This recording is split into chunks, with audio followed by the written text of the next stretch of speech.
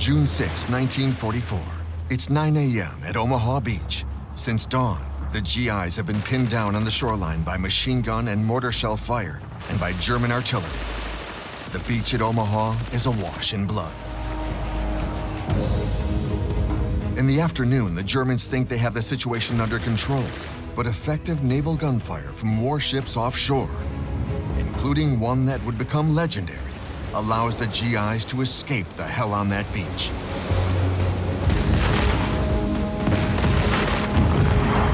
This is the battleship Texas. At the time of its build, Texas is the strongest warship on the face of the planet. This ship will prove to be a decisive and formidable weapon.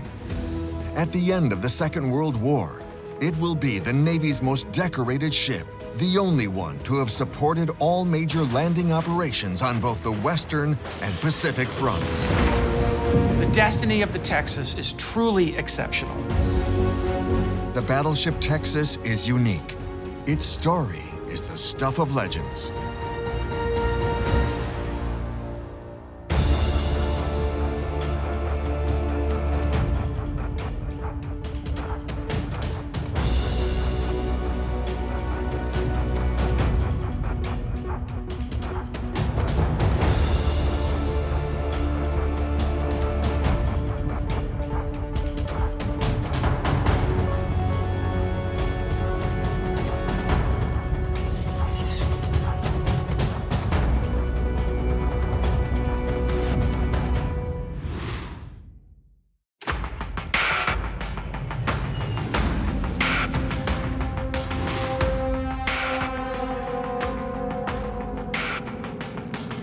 It's February 19th, 1945. For 3 days, the battleship Texas has been bombarding Iwo Jima, a small island some 1,200 kilometers south of Tokyo. At 9 a.m., the amphibious assault gets underway, and casualties begin to mount immediately.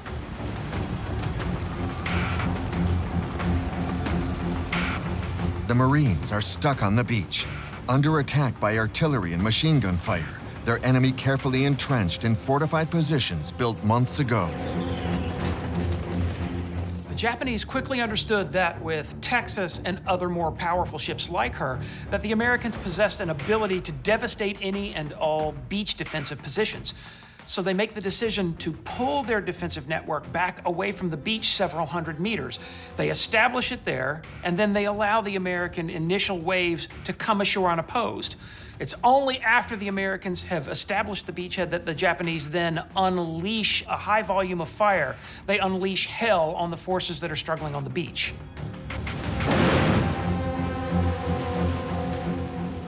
The situation is so dire that barely 2 hours into the operation, reserve units are called in for backup.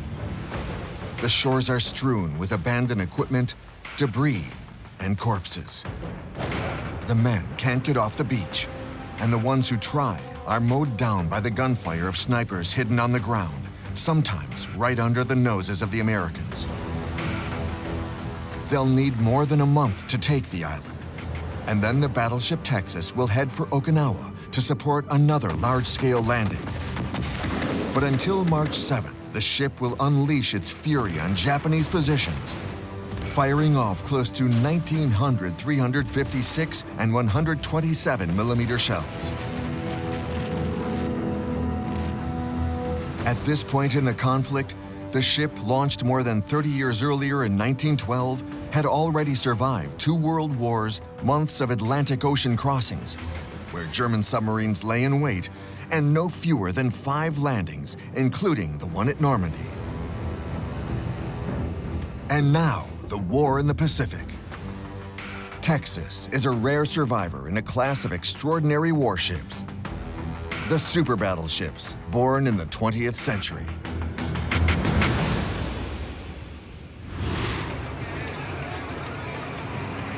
The battleships are the products of heavy industry. The Industrial Revolution, with the invention and development of the steam engine and the new rise of steel, will change both the architecture and armament of warships.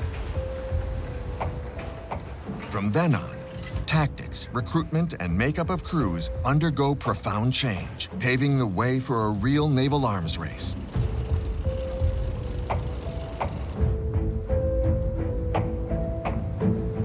In the mid-19th century, the traditional ship that relies on wind to power and steer it is replaced by the steam-powered vessel. The number of guns is reduced. The reduction in weight allows the wooden hull to be wrapped in a belt of wrought iron 100 to 120 millimeters thick. The first battleship is born. As the power of the artillery grows, the thickness of the armor will increase to 60 centimeters. Guns once mounted on the ship's flanks are now housed in armored turrets on the upper deck. By the end of the 19th century, battleships are the most important and prestigious assets of a nation's fleet. Take the Majestic-class battleships. Their displacement reaches 15,000 tons. Their 12,000 horsepower propels them at a speed of 18 knots. Their armament includes 305mm heavy naval guns fore and aft, 12 152mm guns in a casemate, and light weapons with 16 76mm and 10 47mm guns. The battleship is the era's ultimate weapon, but it will have to improve its performance record to match the progress of the torpedo, whose range grows from 5,000 to 15,000 meters in just a few years. In 1905, the Battle of Tsushima will demonstrate the key advantage of speed combined with firepower and will bring about the final evolution of the battleship concept. After the Battle of Tsushima, every major world power with a modern navy upped its game. It started in the United Kingdom with the commissioning of HMS Dreadnought. And this ship creates a new category that changes history. Because the Dreadnought-type warships, they're more powerful and they're faster. They mount guns of a larger and larger caliber, going all the way up to 12 inches. The ships mount multiple turrets, in some cases 6 turrets mounting 2 12-inch guns. So the ships are infinitely more powerful. They are also using a new propulsion system, the steam turbine, so they can move through the water faster. The category of ships is disruptive because suddenly every major power with a navy has to have something equivalent to it. It starts an arms race, and that arms race reaches all the way across the Atlantic Ocean to the United States, because the U.S. is a world power with a modern navy, and the U.S. therefore has to have dreadnought-type warships, and the USS Texas ultimately becomes one of them. With the launch of the first British dreadnoughts in 1906 come profound changes in shipbuilding. With long-range arms, new target optics, fire control systems, steam turbines, and thick armor, the dreadnought is a revelation. And with it, a high-stakes shipbuilding race had begun. The goal? Possessing the world's most powerful warship. In the U.S., this inspires the design of 2 New York-class battleships for the Navy. The New York class, which Texas is a part of, were the next evolution down the road. They were super dreadnought. They were dreadnought plus. So they had bigger guns than the dreadnought did. They had more armor than the dreadnought did. The USS Texas is launched, commissioned, and then enters fleet service in May 1912, all in under 2 years. It's the first ship to be equipped with anti-aircraft guns, and the first ship to be turned into a museum at the end of its service. It's also the only surviving ship from the dreadnought era. Some of the architectural features of Texas are fairly traditional. The hull is given a belt of armor that is thickest amidships at the waterline. American steel was considered to be among the best in the world at the time, a crucial detail for a battleship. The armor gives you the defensive capability. You are not only able to give out damage via your guns, but you're also able to take damage. So that gives you the ability to stay in the fight longer. In other words, it's like a heavyweight fighter. If he's able to take a punch. Texas's armament includes 5 turrets with 2 large caliber guns, evenly spaced on the main deck. This allows Texas to engage opposing ships with 2 turrets oriented along the ship's axis of movement, or broadside with all 5, when bombarding coastal emplacements. The guns were 14 inches. They were the largest Navy rifles ever floated at that time, and then she had armor to match. She was able to unleash a large volley, a 14-inch volley of 10 guns, and take that same punch back with her armor. At the time of its build, the strongest warship on the face of the planet. Fully loaded, Texas displaced more than 30,000 tons and was over 170 meters long, with a beam of almost 33 meters and a keel depth upwards of 9 meters. Its main belt armor was up to 305 millimeters, its turrets up to 356 millimeters, and 305 millimeters for the conning tower. Each of the 5 turrets is armed with 2 356 millimeter Mk1s, 16 127mm Mark 8s, 8 76mm anti-aircraft Mark 10s, and some Browning anti-aircraft guns.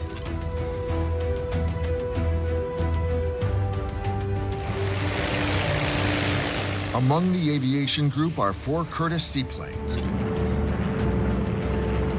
Maximum speed 19 knots, 35 kilometers an hour. Range of action 24,000 kilometers, more than half of the Earth's circumference.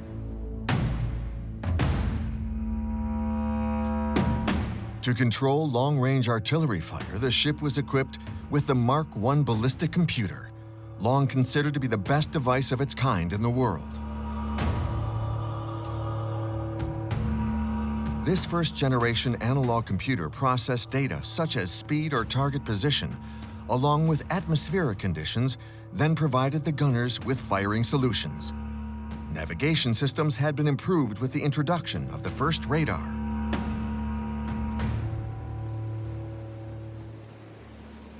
From the start, the skills of the highly trained gunners were an integral part of the ship's identity. The team of the battleship Texas had won numerous marksmanship competitions. In April 1917, the United States enters World War I. Although Texas's military engagements are limited to contact with submarines, the intimidating presence of American battleships in the Atlantic contributes to Germany's defeat.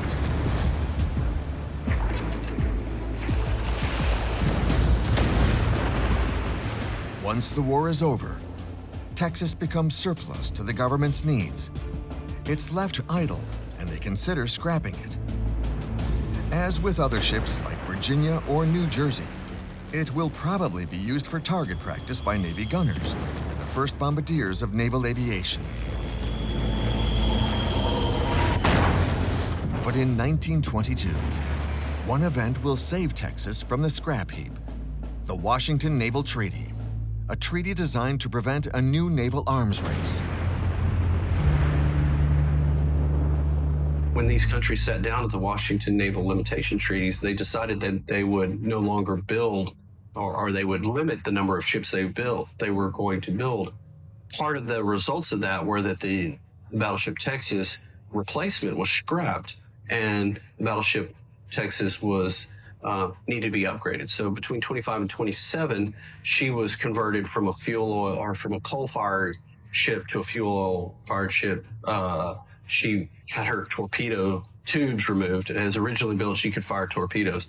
Those were removed in that 25-27 refit. She also added some more defense to herself. She had blister tanks, torpedo blister tanks added. All of these things upgraded her, made her a new ship for all intents and purposes, and gave her a second life.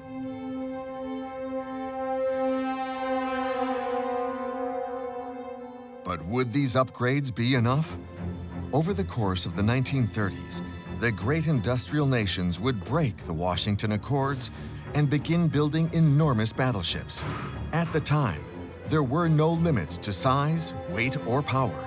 When the mega battleships were commissioned in the 1940s, Texas was already 30 years old, and its its younger German and Japanese challengers were giants. How would the American battleship, 170 meters long, fare against the British King George V, 227 meters long, against the German Bismarck or Tirpitz, 251 meters long, or Japan's Yamato, nearly 100 meters longer at 263 meters?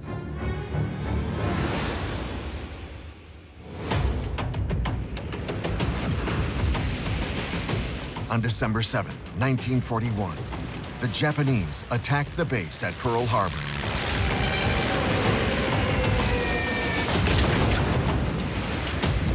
Fortunately, the battleship Texas isn't in the Pacific. It's cruising off the coast of Newfoundland in the North Atlantic. Following the Japanese raid on the Hawaiian Islands, the Navy takes stock of its losses. Of the 8 battleships in the harbor that day, 2 were sunk and 6 others damaged. It's clear that America will need Texas and its crew more than ever, and once again, it will be upgraded. At the start of World War II, Texas is the first ship of the Atlantic Fleet to receive radar for detection of aerial targets. This equipment improved U.S. naval superiority with regard to detection and response. At the same time, Texas was also outfitted with 14 boilers, powering 2 steam engines. Each of the ship's propellers were fitted with this type of engine.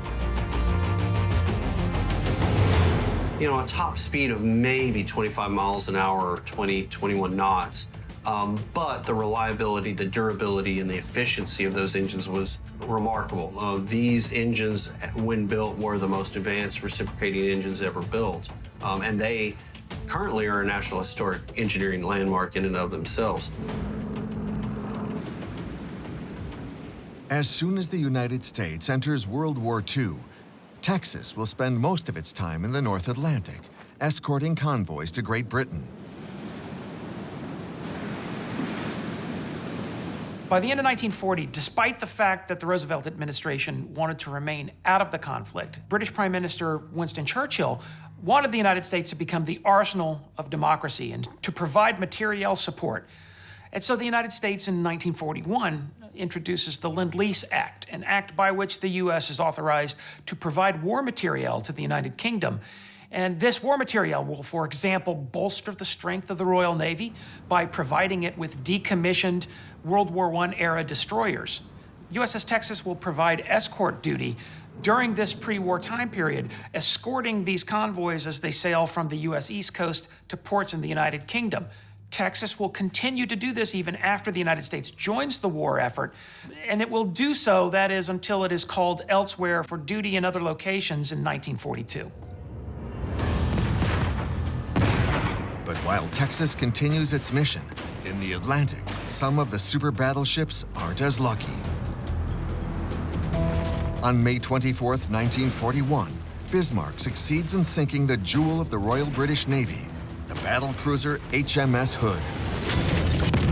It takes only a single hit of one well-placed shell to destroy a ship 262 meters long. But the German battleship won't last much longer than its victim.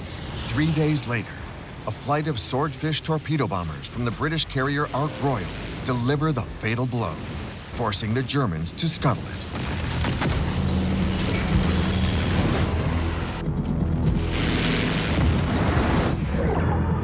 If the reign of the super battleships is already being undermined, how can Texas hope to survive this new war?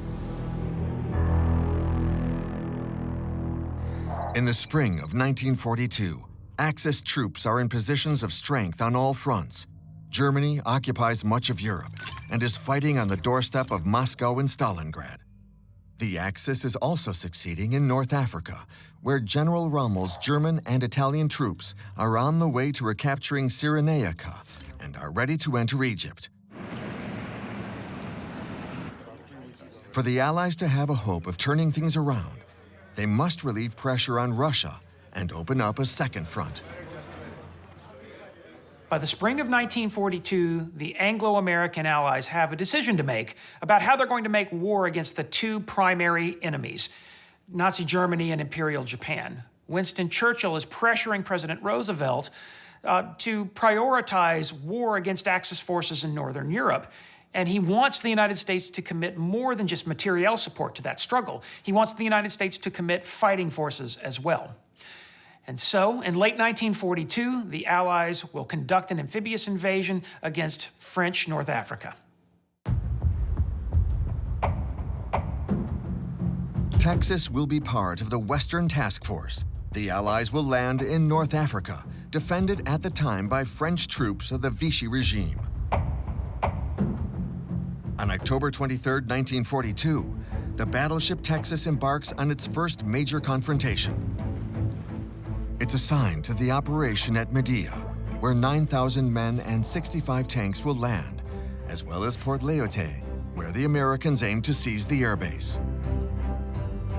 The fleet nears the landing beaches at dawn on November 8th, the day of the assault. The ships prepare for the operation, but Texas will not provide direct support to the landing troops.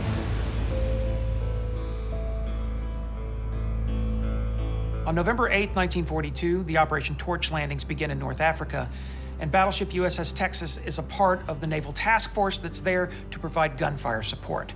But there's a big question about whether or not Vichy French forces in Morocco will put up a fight, whether or not they will oppose the landings.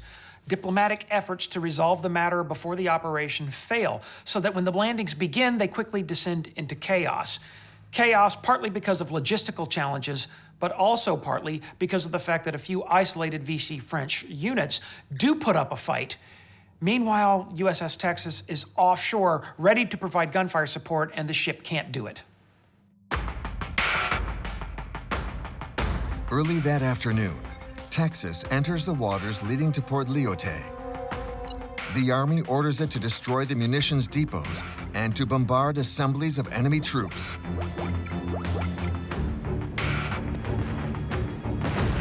For the next 2 days, Texas will cruise the Moroccan coast. Its support mission is complete, though it fired only 273 356mm salvos and 6 127mm salvos during the operations. On November 15th, it leaves North Africa en route to its home port of Norfolk.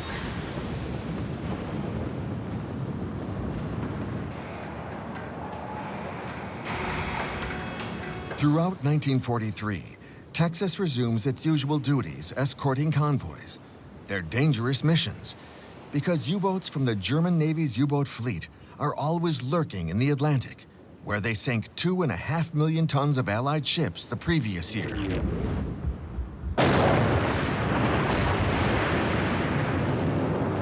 During that time, Texas had made numerous transatlantic crossings to the coasts of North Africa and to British ports. But this routine ends when the ship and its crew receive orders to head for Scotland, where strength is building for the most complex amphibious operation of all time, Operation Overlord. By the time it leaves Boston Navy Yard on April 1st, 1944, the battleship Texas has already traveled more than 680,000 kilometers, 17 trips around the Earth. But its adventures are just beginning.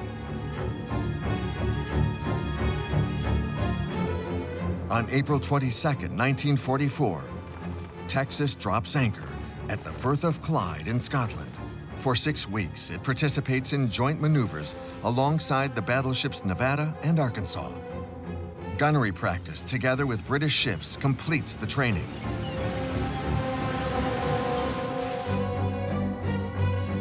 On May 19th, General Eisenhower, Commander-in-Chief of the Allied landing invasion, will visit the ship, whose mission is set for the end of the month. Neptune will be a combined naval and airborne operation. Texas will be attached to Force O, who will support the landing of American troops at Omaha Beach. The ships will use channels cleared of mines, where they'll stand by in their support areas. Behind them are transport ships. The Allied landing craft will follow an open channel down the middle to reach their line of departure. With its 356mm guns, Texas will bombard Pointe du Hoc, a German-occupied promontory with fortifications for a battery of 155mm guns. The ship's 127mm guns will fire on the exits to the beach near the Vire River. The plan is perfect in theory, but not in practice. During the planning for the D-Day invasion, we knew that the Germans were going to put up a fight for the beachhead and that they had effective weapons and they also had effective beach defensive structures to do so. And it forced us to come up with a plan to suppress the effectiveness of those weapons, especially during the opening waves of the landing. And that plan was going to come in the form of a preliminary naval bombardment. The only problem was that we had indications from our experience in the Pacific that suggested that even the naval gunfire support from battleships had its limitations during the preliminary naval bombardments that were associated with these opposed amphibious landing operations.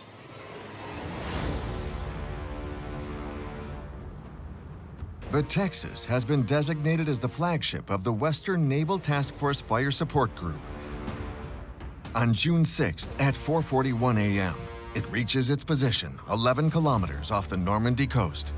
The gunners are at the ready, and stockpiles of shells for 10 356mm guns and 6 127mm guns are full. All movement of their 62-ton turrets are controlled by electric engines. Traverse speed is 100 degrees per minute. Texas and its relative USS New York are the only combat ships that store shells upside down in their steel containers. Shells that weigh 680 kilos and bags of propellant move separately to the breech and are then loaded into the naval artillery piece.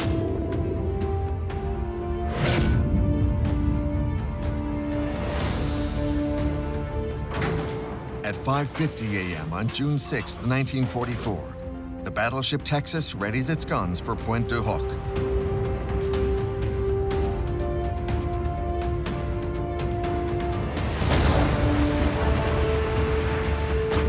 Within 34 minutes, 255 356mm shells will fall on positions on shore. Texas has just fired a record 7 shells a minute.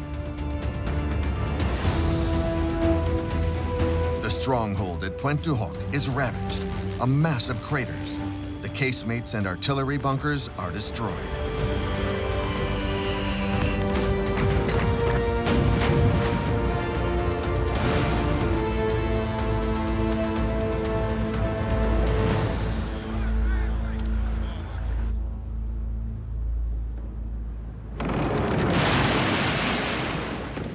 But since 6:30 a.m., it's been a massacre at Omaha Beach.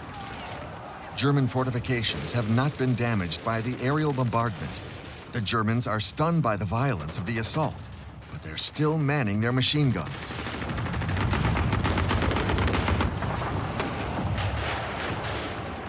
The problem is that so much smoke and debris was kicked up during both the preliminary naval bombardment and the aerial bombardment that gunners on the water and in the sky couldn't see what they were doing. The weather was also not ideal on Tuesday, June 6, 1944. And that had the effect of making the bombers that were flying in to suppress the enemy beach positions, they made the mistake of, for the most part, dropping their bombs too far inland to matter.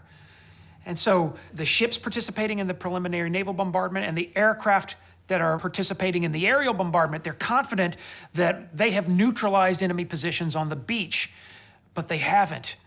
The reality is that when the landings begin, the German positions are almost entirely untouched, and the Germans in them are still capable of putting up a fight.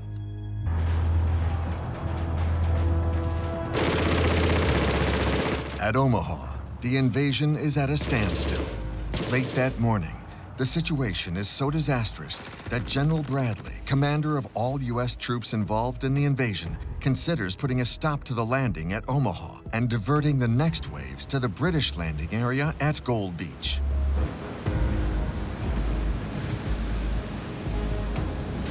At noon, Texas and its escort destroyers receive orders to move in toward the coast to bombard German positions blocking the exits to the beach. Taking advantage of the rising tide, the destroyers move precariously close, their keels sometimes scraping the bottom of the channel. Texas comes within 3 kilometers of the coast.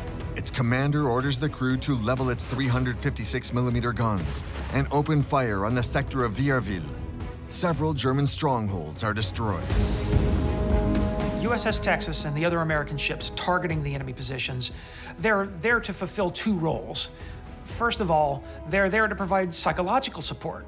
The men on the beach need to feel like there is a wall of steel supporting them, and those ships will provide that.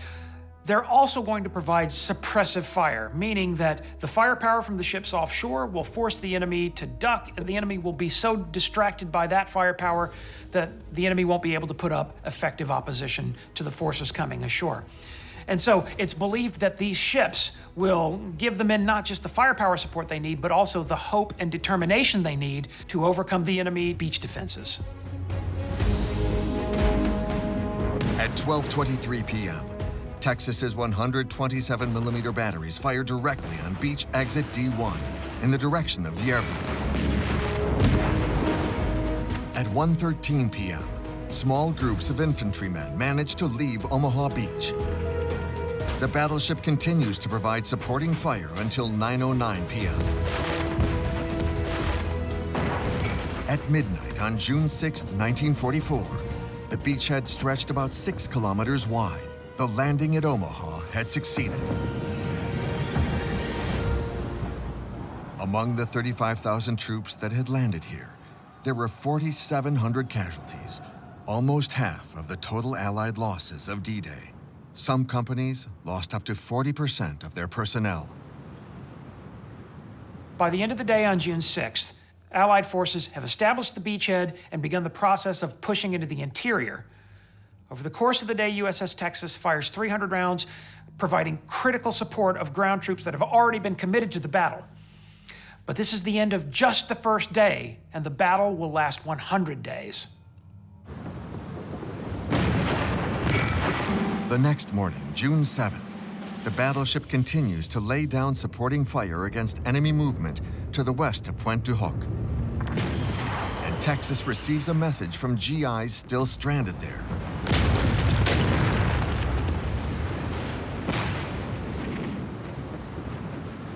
At 5:30 p.m., 34 wounded U.S. Army Rangers, rescued by landing craft, are brought aboard.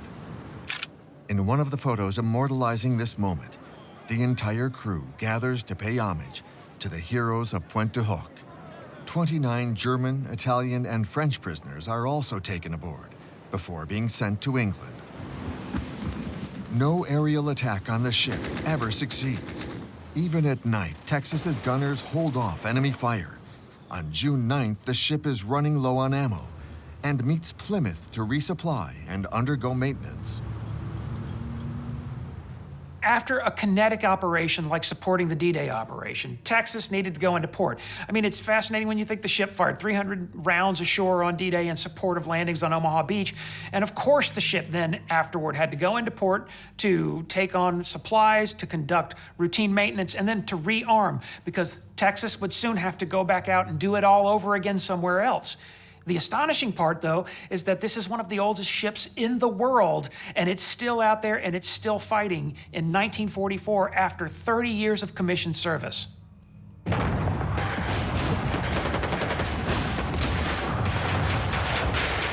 On June 11th, Texas returns to Normandy as troops move inland. Fighting is fierce. Having survived the hellish landing, the GIs now face the hell of the Norman countryside. Hedgerow warfare begins. Texas's commander has an idea of how to support the troops beyond the range of the ship's direct fire. He floods the anti-torpedo protective bulges on the ship's starboard side. Texas lists by 2 degrees, allowing the ship's guns to reach greater elevations.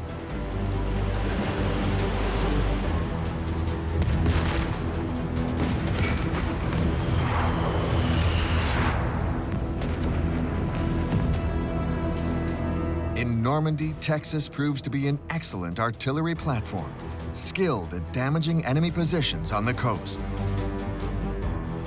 The ship fired 690 356mm shells and 272 127mm shells in 12 days. Their firepower would soon serve again in a series of duels at Cherbourg.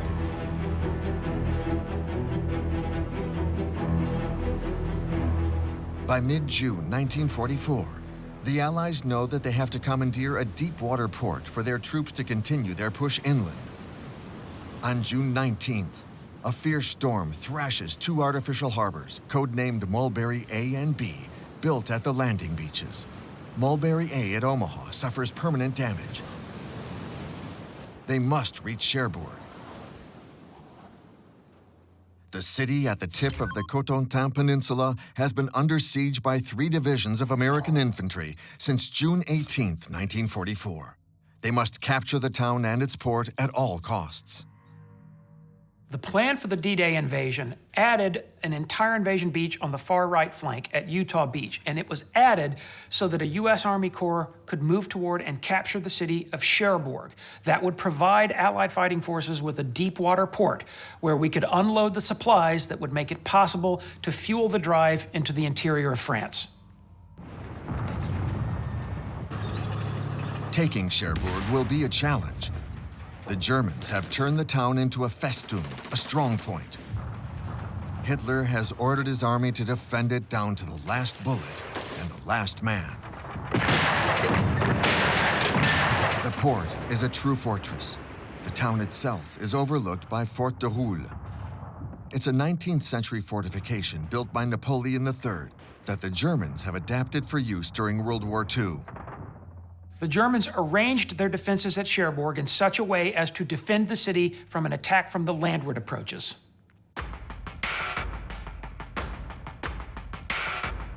On June 22nd, the Americans launched the ground assault, but they're doing so under fire from the coastal batteries protecting the area surrounding their objectives.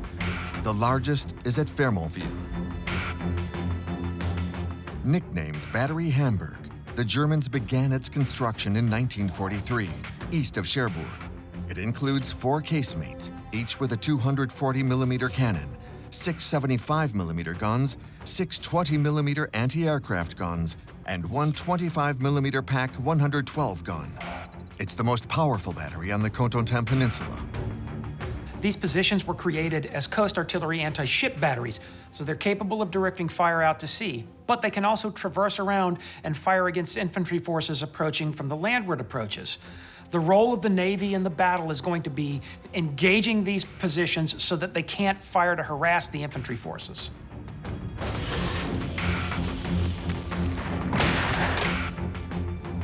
On June 25th, 1944, Texas and the battleship Arkansas and 5 destroyers close in on Cherbourg from the east. The group has orders to join the artillery support area in the west, across a floating minefield. But they discover en route that Battery Hamburg's 240mm guns are still active. The guns should have been destroyed by another battleship, USS Nevada, which had been diverted from its original mission. At 11:14 a.m., the Allied Command Task Force enters the approach channel. The battle groups make slow progress, traveling behind the minesweepers. The ships are exposed because the range of the German gunfire at 26 kilometers is greater than the 21-kilometer range of Texas's 356mm guns.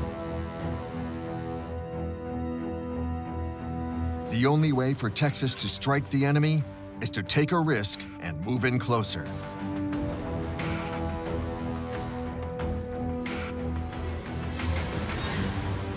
The destroyers lay a smokescreen to hide the approaching convoy from the enemy. But at noon, the batteries open fire. 30 minutes later, the destroyers Barton and Laffey are hit but sustain no major damage. Then the wind shifts, dispersing the protective smoke.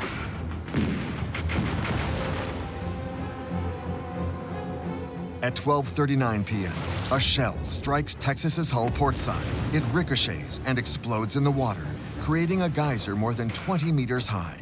At his own risk, Captain Baker stands alone on the bridge to guide the ship, which maneuvers to stay clear of the overlapping fire from 2 batteries. Texas resumes fire a little before 1 p.m., but then moves outside the smokescreen, shielding it. German gunners can now see it clearly. And they fire. At 1:16 p.m., a 240mm shell crashes into the navigation bridge. The blast kills helmsman Christian Christensen, age 21. The situation is critical. Explosions erupt in the water around the ship, and Texas is hit more than 65 times.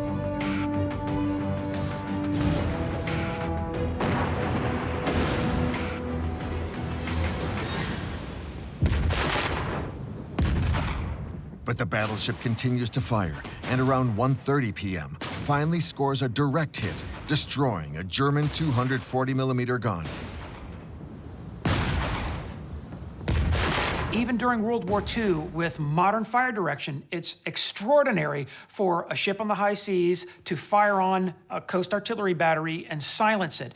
And that's exactly what USS Texas did that day. At 1:39 p.m., the battleship lists to starboard, then rights itself into an optimal fire position, but faces new risks. It's heading for waters not yet swept for mines, but its luck continues to hold. And at 2:47, just as it begins to exit the combat zone and sail back to England, Warrant Officer Clark discovers an unexploded 240mm shell in his cabin. By some miracle, the projectile that had torn a gaping hole in the hull port side has landed softly in the bunk of a ship's clerk. That shell becomes the ship's mascot. In 3 hours of combat, Texas had fired 206 356mm shells. The role of Texas in this engagement is to draw the fire of Battery Hamburg so that those guns won't interfere with the approach of ground troops coming up from the south. Even if Texas doesn't knock out a single gun, in the end, Texas makes a sacrifice to accomplish this mission and also simultaneously makes a pivotal contribution. With its success as an artillery platform, Texas is sent on new missions to support amphibious landings. After Normandy, the ship heads for the Mediterranean and the Côte d'Azur.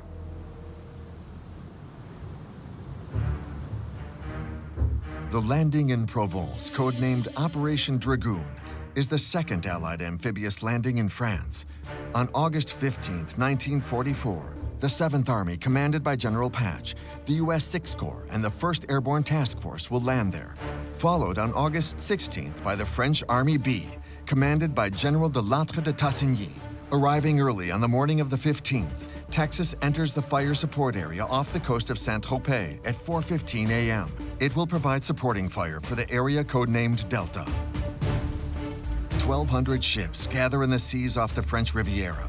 Texas, with its stellar service record, is at the center of this naval task force. The battleship will support the ground assault once troops have landed. As in Normandy, the ship will protect the infantry. But unlike Operation Overlord, Operation Dragoon won't encounter major resistance. At 6:50 a.m. on August 15, 1944, Texas opens fire on a German coastal battery. An hour and a half later, the ship has fired 172 356mm shells. And the troops land without incident. Between 9:10 and 10:10 a.m., more than 100 landing craft ferry 33,000 men and more than 3,000 vehicles to shore with no injuries. German gunners either died in the pre-landing bombardment or fled under the intense fire. On August 17th at 2 a.m., Texas departs for a stopover in Sicily before heading for the U.S. It's her last combat mission in Europe, and she has lost only one sailor. Though battleships were the deadliest weapons in naval warfare in the early 1930s, World War II proved that they were becoming obsolescent. Come the end of 1944, the super battleship Bismarck and Musashi were sunk. Tirpitz was scuttled.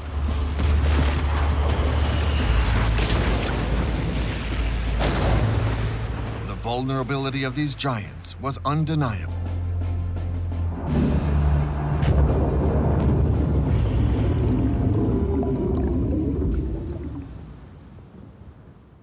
After Iwo Jima, Texas reaches the Philippine Sea on March 10th and returns to Okinawa on March 25th, 1945.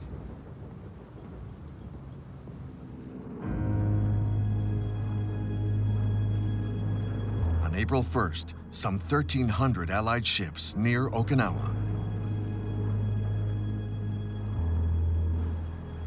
As in North Africa, Normandy, and Provence, the battleships are there to provide fire support during amphibious landings. By late that morning, 50,000 men had made it to shore. Success today, but the worst is yet to come. On April 3rd, 1945, the Japanese command launches Operation Kokusui, or Floating Chrysanthemums, a series of suicide air attacks by kamikaze pilots on the Allied fleet.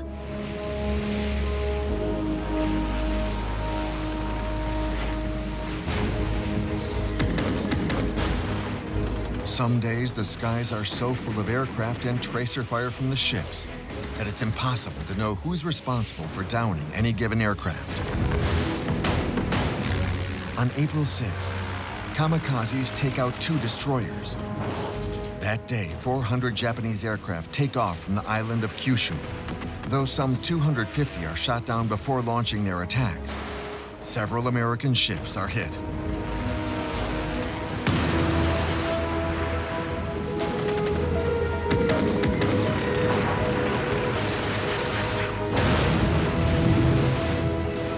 On April 12th, a twin-engine Betty bomber goes down in flames 50 meters from Texas. Had the ship's anti-aircraft guns been a second late, the aircraft would have hit the ship head-on.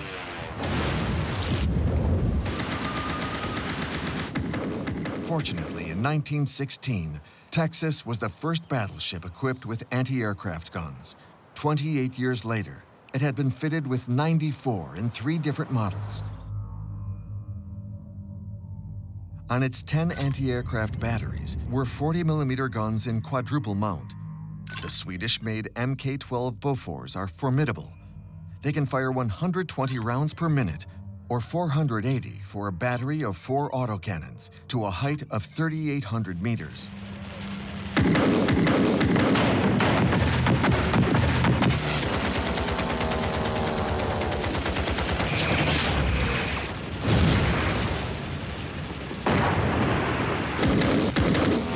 By the end of April, the Japanese have already lost more than 100 aircraft shot down solely by American naval forces.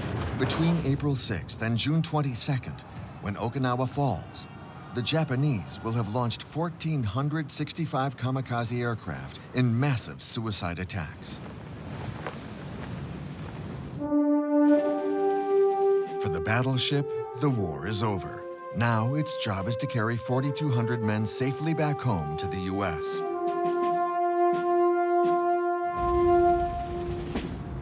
By the time the Texas reaches the West Coast, it has turned 38 years old, an amazing record for a battleship.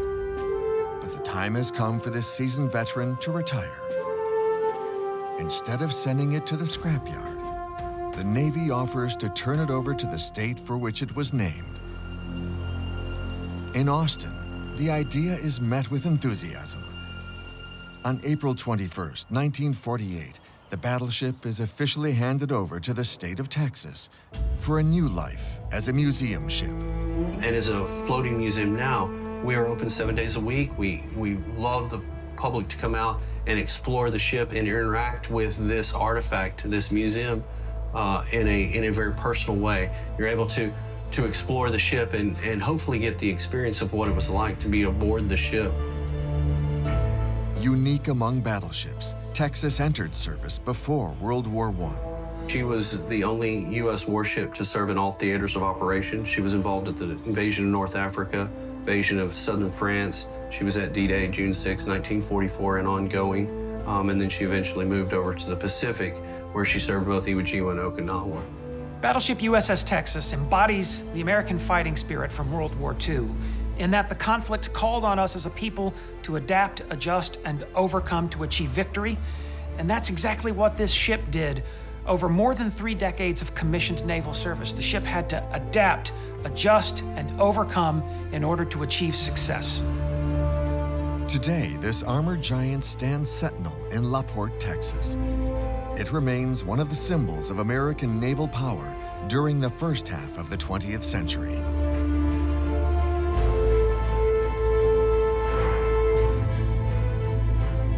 Survivor of every naval battle it entered, witness to and participant in the greatest amphibious operations of all time, it's fitting that Texas is still proudly afloat.